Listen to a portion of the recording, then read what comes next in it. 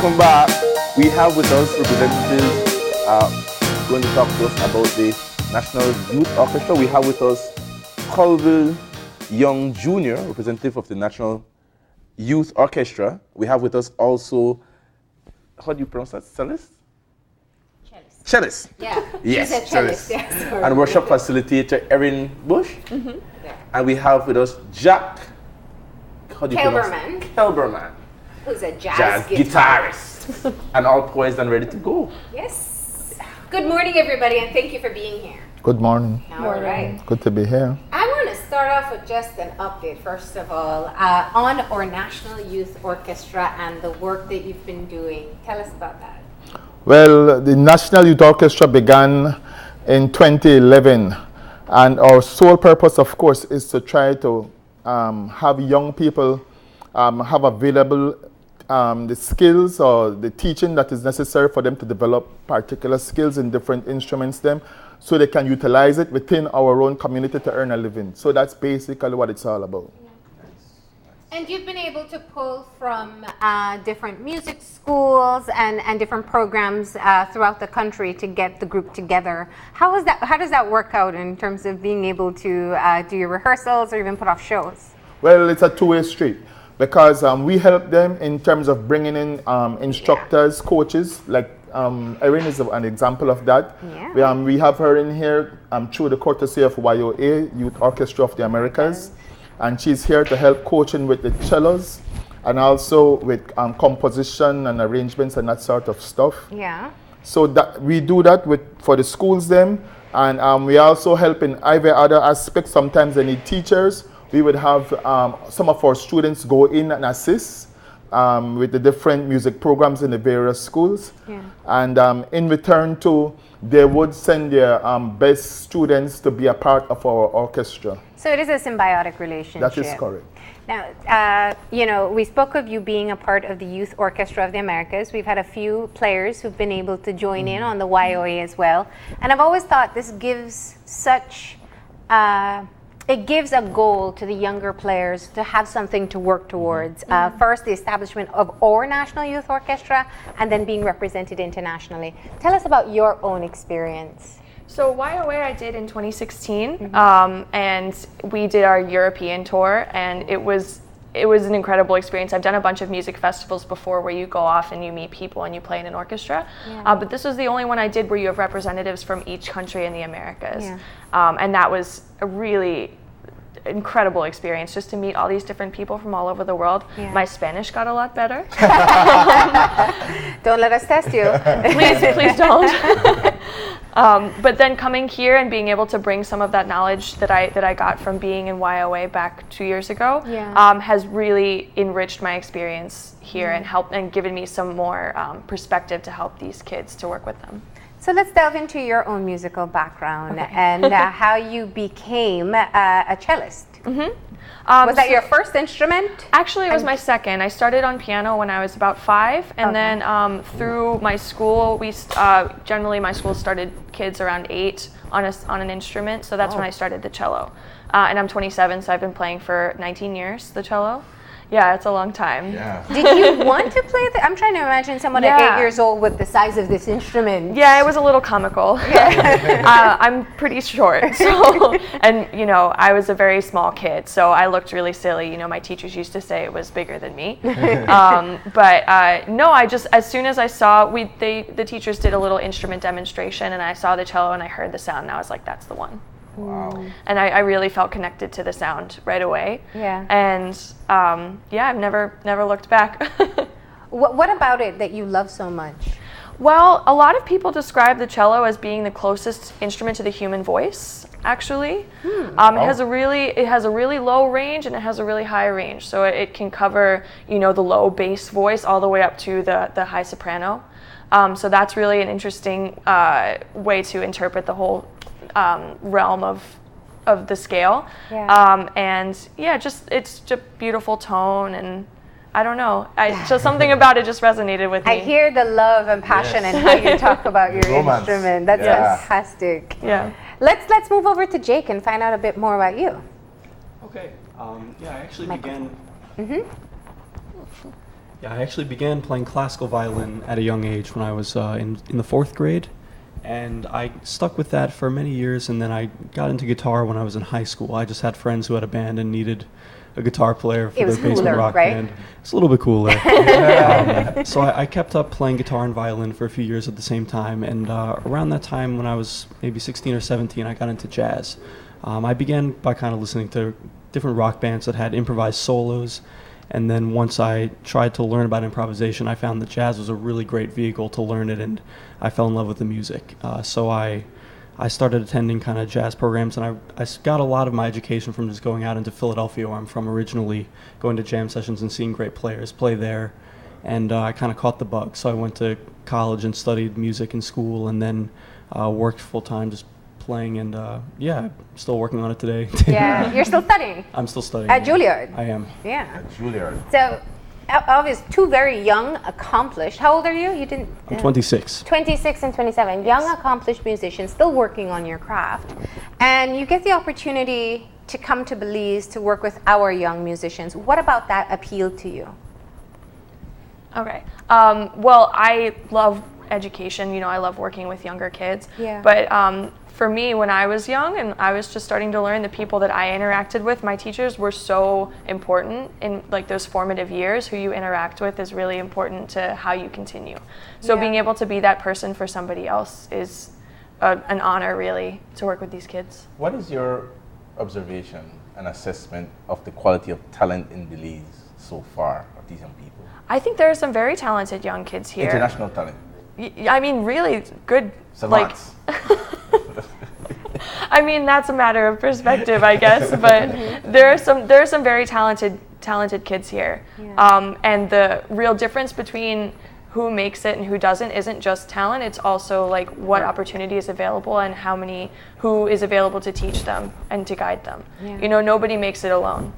So it's really important for these kids to have good teachers and good opportunities and people who are supporting them in order for them to be successful. And what about the support that you've seen?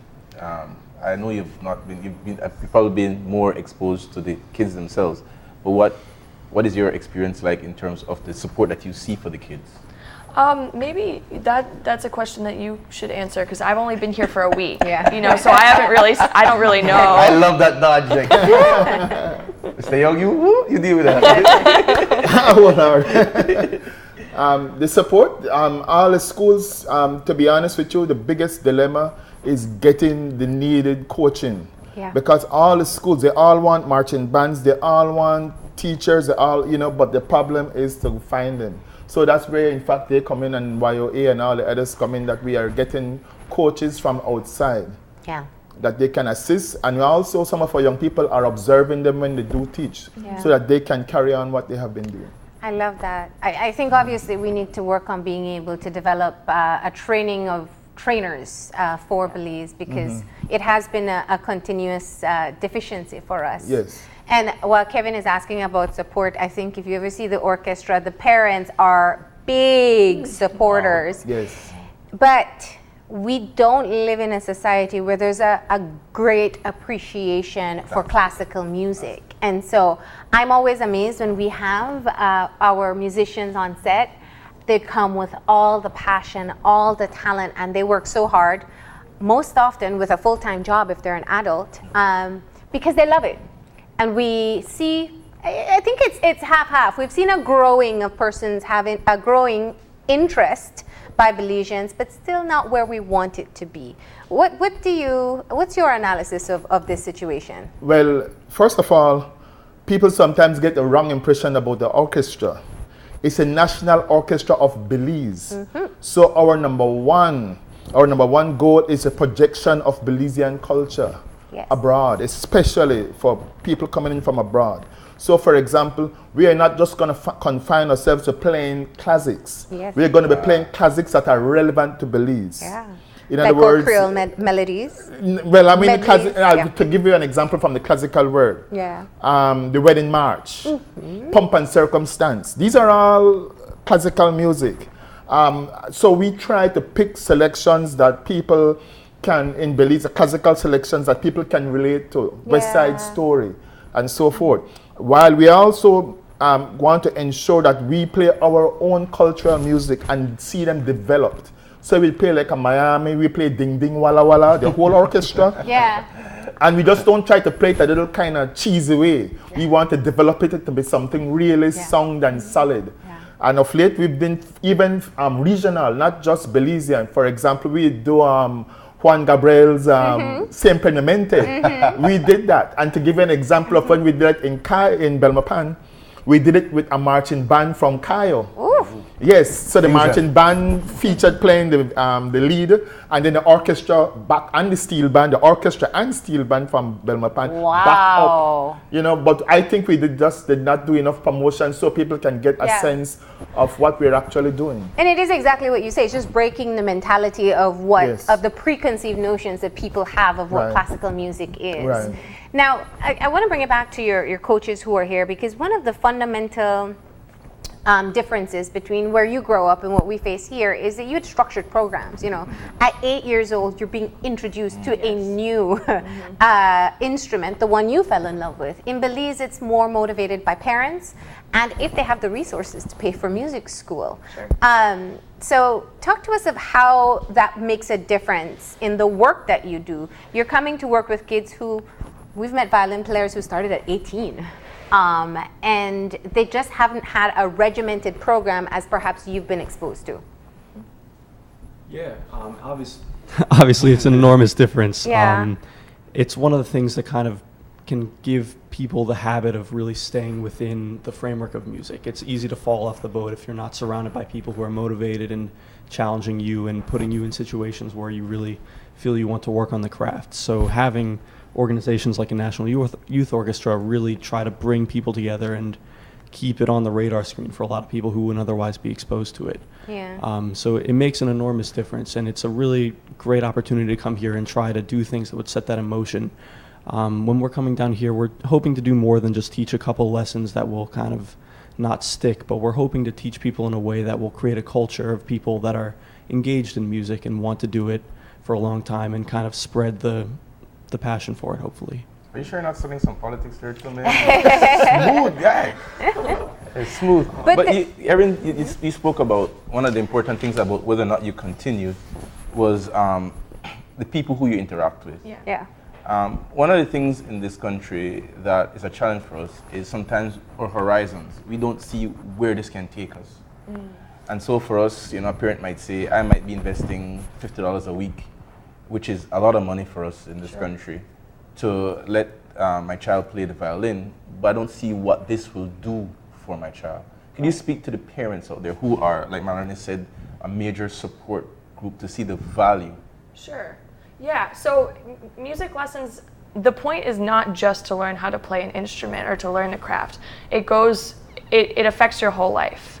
There have been numerous, you know, if you want to go the scientific route, there have been numerous studies, countless studies that show that students who have access to music education, who learn an instrument, who keep at it for many years, end up being more successful, making more money than their peers, have more of a support group around them, and are better equipped to be, you know, citizens in their country. So it's not just about learning a craft, it's about enriching your life. And also, you know, learning an instrument is not just about learning classical music, like Mr. Young was saying. It's about learning how to express yourself. So the workshop that we're going to do tomorrow on improvisation and composition is how to use the instrument that you're learning, the craft, and to bring out your inner voice in that way. But can you talk to us a little bit more about where this can take you? You know, where can music take you? Well, maybe we should talk about your own accomplishments. Yes. These are two very accomplished musicians that we have sitting in front of us, and I don't want to lose the opportunity to say that. Talking from the people you work with, the competitions you've entered, you know, it's now a profession in terms of being a teacher. Yeah. You're still going to school, but at Juilliard. So I think that's a great example. How do you pass this on to our Belizean students to show that even though they grew up in Belize, because we see that as a barrier sometimes, that there still are possibilities? Kimmel Center. Yeah. Yeah. There's opportunity to perform music all over the world. I mean, for us, it was an amazing opportunity to come to Belize, that music was able to provide that opportunity. Yeah. I've never been to this part of the world before, and I don't think I would have been able to make it had I not been working on guitar. I've had the opportunity to travel a lot. Music is a really wonderful profession that you get the opportunity to work with all kinds of people, all kinds of cultures, and it can kind of, bring you to interact with a lot of people that you wouldn't get to otherwise. So I've gotten to play with a lot of different, even within one city. I have a very diverse group of people that I play with. I get to play in Europe and different parts of the United States a lot, and it's a really wonderful thing. And I think no matter where you're from, if you kind of really work at it and push yourself, you can find yourself doing the same things. As an artist. Wait, I want to get Erin's sorry. answer here. Yeah. Well, I was going to say, I feel like the question you're really asking is like, how do you make money? How do you make a career? No? I mean, that's a lot less sexy version of what I'm trying to ask. Okay. Which is just, music in Belize is, like we say, it's, you do it because you love it.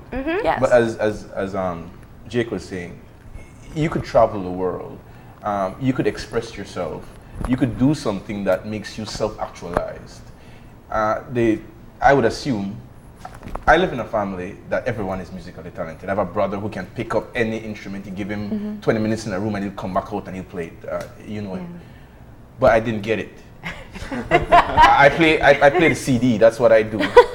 And I could always imagine what it does for the person who's able to sit, hear a melody in their head, and just their soul just lets it out. That is just beautiful to me. And I think a lot of people feel trapped. We live in an age of technology where you're in this iPad and you're rushing around to do all these things that someone else is telling you to do. And I think music is one of the only places that you can express your soul. And so I wanted you to speak to some of these kids in the inner communities who might say, you know what, I'm just going to sit here, smoke weed, play video games, and I don't have any outlet, or I have nobody to love me. And music is a way for you to fall in love. And that's the way it looks like my brother and his family operates. Romantic. That's the way it's sold in my family. Yeah, that's all romantic, but I'll tell you some things. You hit the nail on the head when you said that about what is there to spur you on to want to make a career of it. Yeah. The problem in Belize is that we tend to look at lots of stuff as just hobby. Sports fall into the same realm, where people would learn to play football and so, but it's just for fun and pastime. The same thing with music. Now, when you look abroad, you look at places like Jamaica, even closer by, Costa Rica, all these nearby countries. Sports and music is more than just a hobby. It has become an industry that people actually earn a living in. And when you look at it, it's up to us to create that or develop that industry. Yes. It has been done in all those other countries. I mean, you look at, for example, in Jamaica, all these great sprinters, you see him Bolt and all that, and you say, oh, this guy, they're so lucky that they have talented people. Belize He's do been have running talented since he people. could walk. There is an environment. Yeah. There is an environment for them where if you have the interest and the skill, you can go all the way up and earn a living from it, and and so that's what exactly we're trying to create in Belize, because there's a great demand in the tourism industry for musicians, and not just classical musicians, even as he said, guitarists, jazz pianists, all of that, an ensemble of strings. There's a great demand in the tourism industry presently. There's a demand for teachers in almost all the schools in Belize, good qualified teachers. So what you're saying is not true. You can make a living from music now. You can. Do you find that that's what good. Your students are looking for, that they want it to be incentivized? I mean, in Belize, we have, I think, the most classic saying from the late Mr. Peters, that all you get is a big name and a small pocket. Yeah, I like that. That's what he said. Yeah, I like that. And that was his life. Yeah. Very big name, played all over the world, internationally known. Another good person that you should get on sometime is Miss Myrta Peralta from SJC. Yeah. Because right now they've started an associate degree program in music education, and she was surprised at the amount of students she got in. Wow. She didn't expect more than 3 or 4, and she ended up with more than a dozen. Yeah. Wow. So, and again, it's testament to the interest now, because a lot of the young people now see it as a career, as opposed to the past when it was just a hobby. Also, I must make note of Professor Sankat at the UB. He also has a vision for developing the performing arts entirely. So in fact, this upcoming jazz workshop will be done courtesy of SJC Sixth Form. They're allowing us to use their premises to have our workshop, which is tomorrow, by the way. I have to give this plug. You get it in, don't worry. Yeah, I have to give this plug. Are you going to get to it or whatever? Of course we'll get to it, yeah. No, but go ahead. So they're two separate workshops? Well, they're going to be combined. They're going to be combined. One workshop, and to be done by these two persons here, it will be an improvisation and also on composition. And it's going to be broad. It's not just going to be classics. It's going to be classics, jazz, pop, whatever feel. Everybody's invited, and you're going to get a lot from it. You're going to learn a lot from it. What's the skill level required to attend the workshop? All levels are welcome. Yeah, all levels, all ages. If people have an instrument, they can bring it. If they don't have an instrument or don't know and just want to watch, people are welcome to do that as well. And talk to us about the unique skill sets that you'll be passing on. I don't miss that you kept on talking about improvisation, that's where you found your passion. Talk to us about that. So, like I said, improvisation is the thing that I would say I work on the most. I maybe don't read music quite as well as this young Erin Busch, but so that means you feel it and you play it? Is that what it means? Essentially.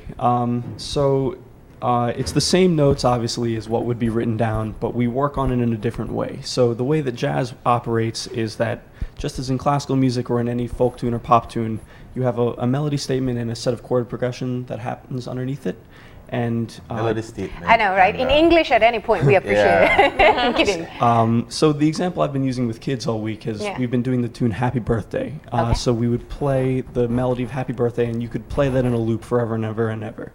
And there's a set of chord changes that happens consistently underneath it, and the meter of the chord changes is also consistent. So I can the timing. Yeah, I can play an example for this in a little please. bit. I'll show you now. So if I was going to play Happy Birthday, that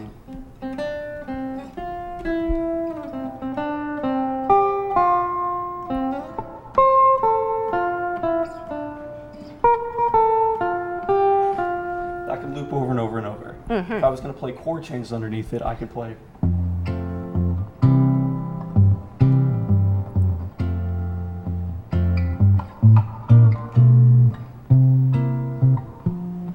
Hear the motion of the song. You could hear kind of the tension and the release points. I could also play the same tune where I would slightly embellish on the melody. I'll play with a different groove too. Meter and feel obviously is a big part of music. So instead of kind of that straight ahead waltz feel, I'll play with a little like a New Orleans vibe. Yeah.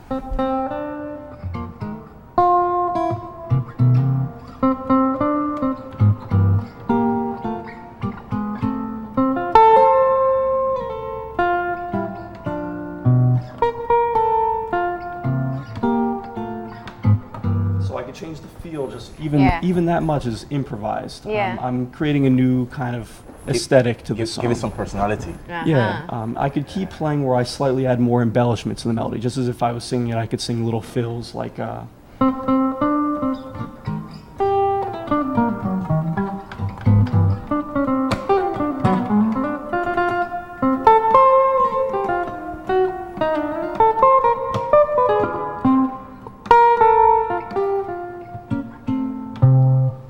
and you can still hear the song happening while I do that. So jazz is essentially, you're always kind of stretching and interpreting the melody that exists over the form with other people at the same time. So if I was doing that with a band, a drummer might kind of chase me, a bass player might react to what I'm doing, and a piano player might kind of add new ideas or follow what I'm doing, and that kind of coming together is, to me, a really fun way to play music. It's like jazz is like everybody's throwing in their own versions and interpretations, and you're all feeding off each other, and it just seamlessly comes through. That's the goal. It's like the seamless part, right? That's why I like jazz. I was going to say it's like a conversation. It's a musical conversation. So what do you hope to get from Belize? Are you going to be exposed to our music? Are you hoping to get your own inspiration here? Tell us about that part. Yeah, I mean, definitely. I'm a composer. I'm actually going to be starting school again this fall for composition, and I write music. It's similar to improvising, except I just write it down afterwards. It's really a similar skill, yeah, I mean, just hearing the music here and working with the kids and getting inspired by what the local culture here, that I'm going to take back with me and use that in my own writing. Ooh. All right. So the workshop takes place? Tomorrow, Wednesday, at St. John's College Gymnasium at 5:30. 5:30 p.m. p.m., not a.m. All right. Is there a registration fee? No, we want, it's free. It's a free workshop, all right? And what, 2 hours are you going to be working, or? An hour, 15 minutes. It all depends upon, you know how those Yeah. people might want to learn, want to have questions, and so it might go a little bit past. All right, so 5:30 tomorrow evening here in Belize City at the SJC Gym. Yes, that's right. There's no skill level required. Bring an instrument if you do have one, and you can participate in the improvisation and composition workshop. Anything else you'd like to say before we close? Well, Youth Orchestra, National Youth Orchestra of Belize, we will be performing this Saturday at Voice and Chords. Yeah, they would be mad at me if I didn't give a little plug on that. Yeah. And with the closing of the Festival of Arts. Yes, at Voice and Chords. Now, the thing is that this one here, it will be basically our juniors. We have a set of young people that we're trying to get going. So it's going to be basically the juniors along with the seniors added in to make it nice and grand. So we will be, if you want to hear us, you can come and hear us at Voices and Chords on Saturday at the Bliss, beginning at 6 p.m. That's right. All right, thank you all for coming in this morning. We really appreciate it, and best of luck at the workshop. Thank you so much. We're going to go ahead and take that final break, and when we come back, we'll have our wrap-up, so stay tuned.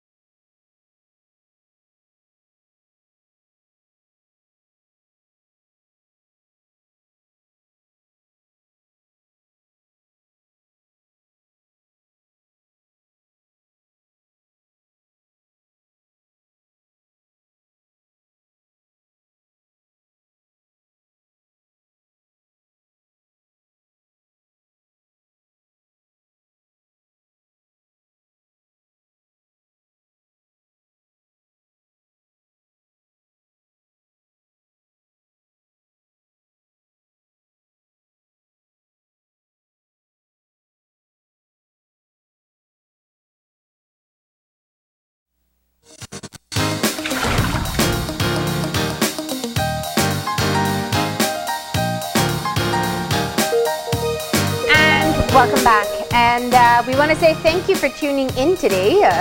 Quite a number of issues covered. We started off with trade with Mexico. Yes, this is very interesting. And their trade mission is going to be having a showcase today. Actually, it started at 8. It's at the Institute of Mexico on Newtown Barracks. They have products based on renewable energy that's on display. I think the Solicitor was pretty cool. But I also think it's a great opportunity for entrepreneurs to go out and have a conversation with the businesses that are represented, recognize perhaps how they overcame some of the challenges that you are going through. We know that it's not an easy road that you choose to walk on, but once you can have someone who shares a similar experience and perhaps offer some solutions as well. Yeah, share some solution and share a similar border.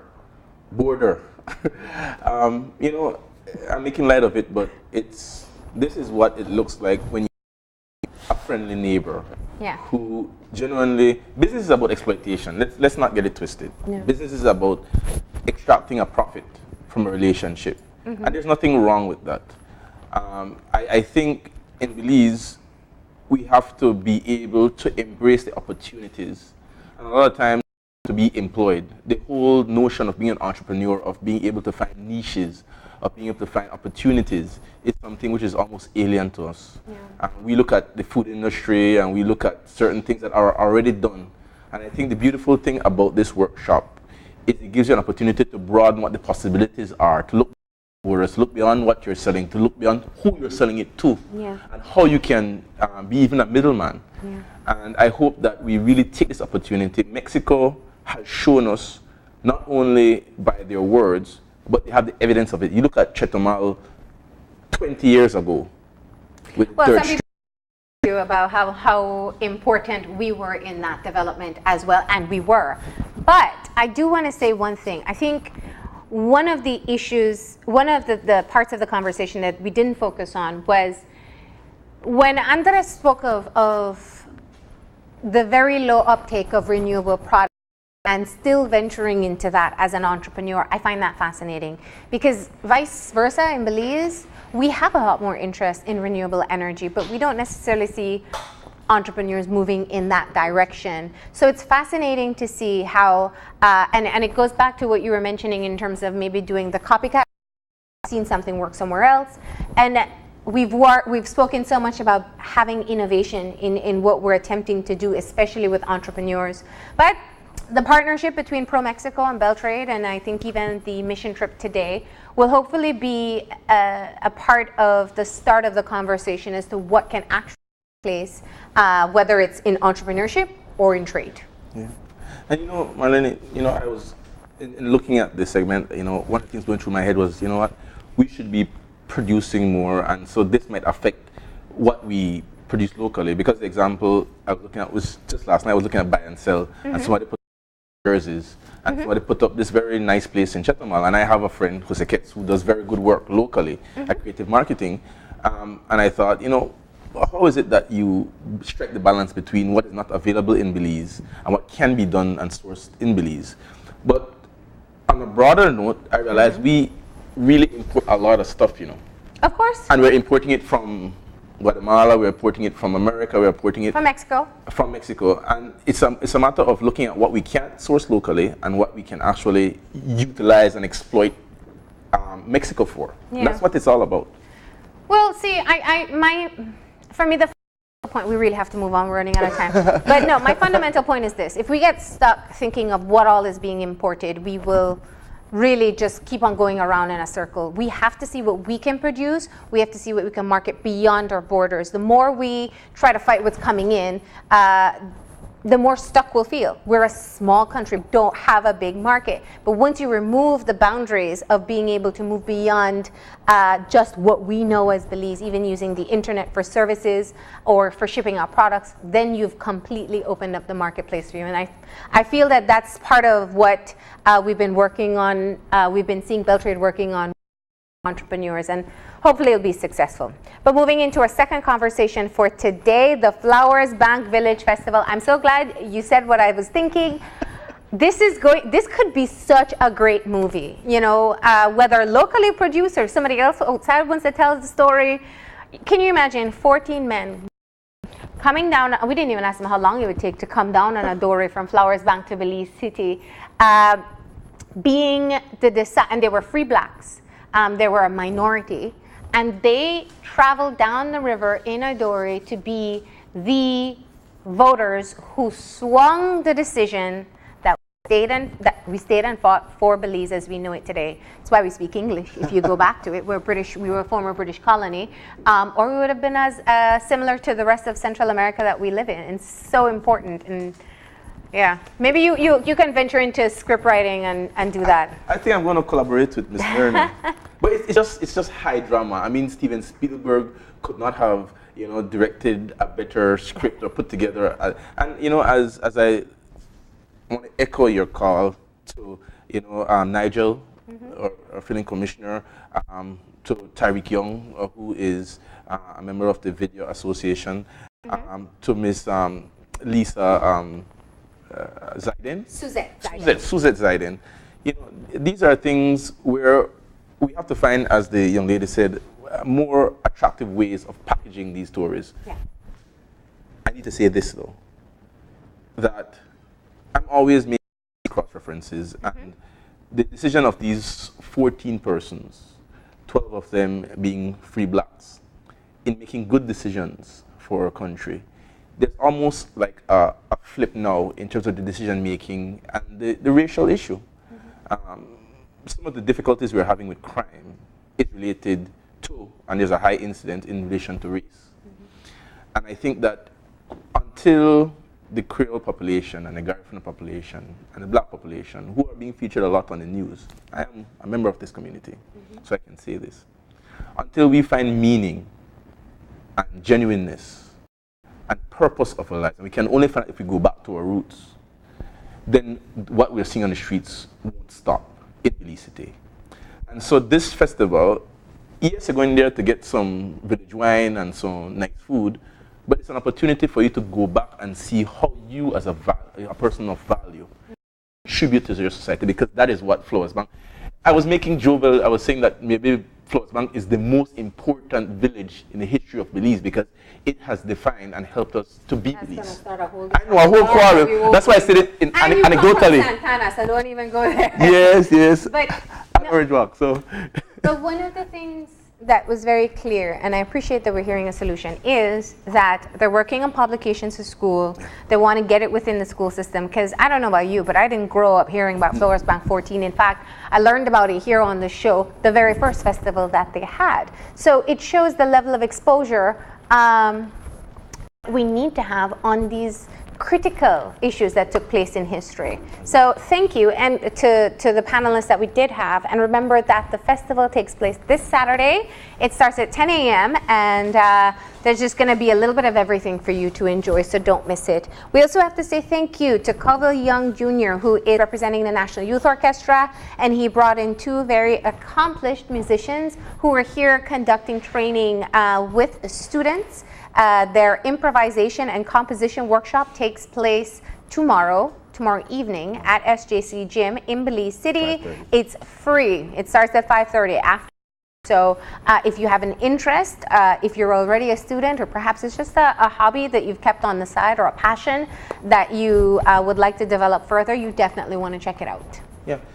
All I want to say is, Belizeans, take advantage of these opportunities. We complain a lot, nothing is happening.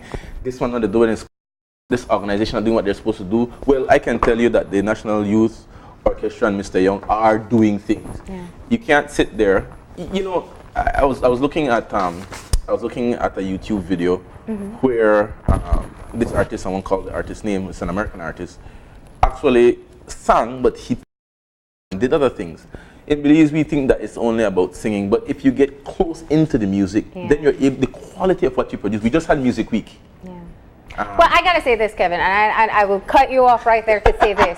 I will not discredit the amazing musicians that I've seen on the show, the Cindy Burgess, the Courtney Gillett, who've made the Youth Orchestra of the Americas. We have Stephanie Coy, we have Giselle O'Brien, we have people who we've featured quite prominently on the show who, I mean, now there's some professional, there's some aspiration that they have in terms of working towards orchestra, but they've been doing it the entire time just because they love it and they're great at it as well. The point for me though was that sometimes, I'll give you an example. Another YouTube video I was watching was an excellent video. In terms of audio visual, it was beautiful. And then when I clicked on it and heard the gentleman who was singing, the singing was a bit off. So we see development of the other facets of music, the video and the stuff, but the understanding of what music is. It's not just about rapping. Some of these guys who are rapping or singing reggae, some of them actually go to singing lessons. You have to embrace music in its holistic sense, not only the singing aspect of it, the music playing of it, but also the business of it. And what I'm trying to say is that we have to connect to these opportunities that we have. We can't just sit back and say, oh, that's just for people who play the violin. There's something in it for you too. Well, that's why you can't miss it. It takes place at 5:30 tomorrow.